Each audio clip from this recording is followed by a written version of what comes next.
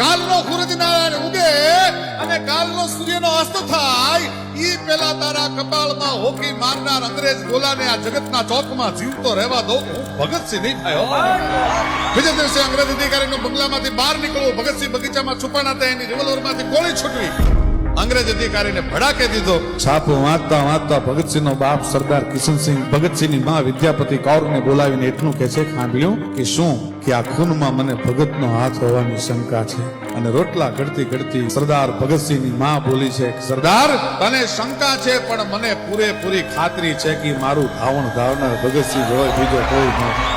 ત્યારે લોક સાહિત્યનો હોય એમ કે ધરાવીણ ધાનનો નીપજે, કુલવીણ માડું હોય, ઓઢા ઘર જેહલ જખરો કે જેની માં હોથલ પદમ.